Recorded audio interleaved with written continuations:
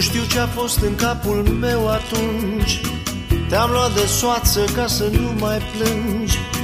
N-aveai nici zestre cum era firesc. Cu toate astea te iubesc, femeie. Era bine totuși dacă aduceai și tu ceva. M-ai pus să scând spre seară sub balcon, să învăț balade la acordeon. Vecinii tăi mă înjurau recesc. Cu toate astea te iubesc, femeie. Puteam să le zic și eu câteva. O vreau așa cum este ea. Sunt norocos că e a mea. Nu te umfla în pene, că n-am zis eu. Așa e textul.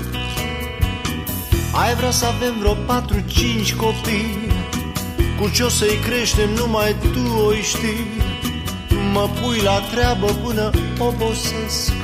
Cu toate astea te iubesc, femeie. Ce vrei? Am și eu timingul meu. Tu vrei să prindem nunta de argint. Pe mine mă ia spaima, nu te mint. Un sfert de secol o să nebunesc. Cu toate astea te iubesc, femeie. Doamne, 25 de ani. O vreau așa cum este ea. Sunt norocos că e a mea. Ți-am spus, nu te mai umfla în pene. Așa e cântecul.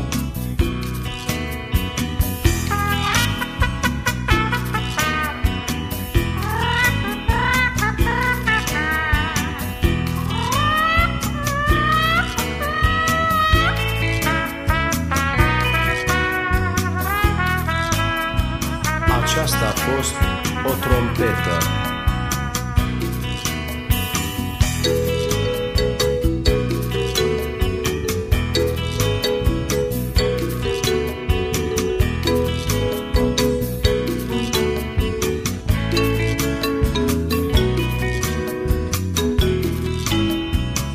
Aceasta nu știu ce a fost.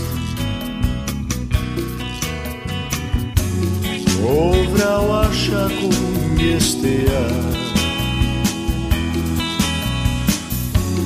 Sunt norocos că e a mea. Nu te umfla, dar nici nu mă mai obosesc să spun.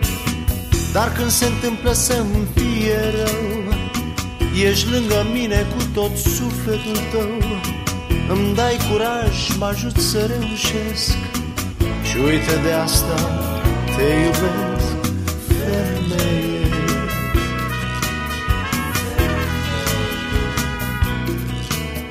Hai, ce faci, vii odată? Ai terminat de cântat? Pentru cine e cântecul? Lasă că o să vezi tu. Pentru mine? Oh, te iubesc, mă.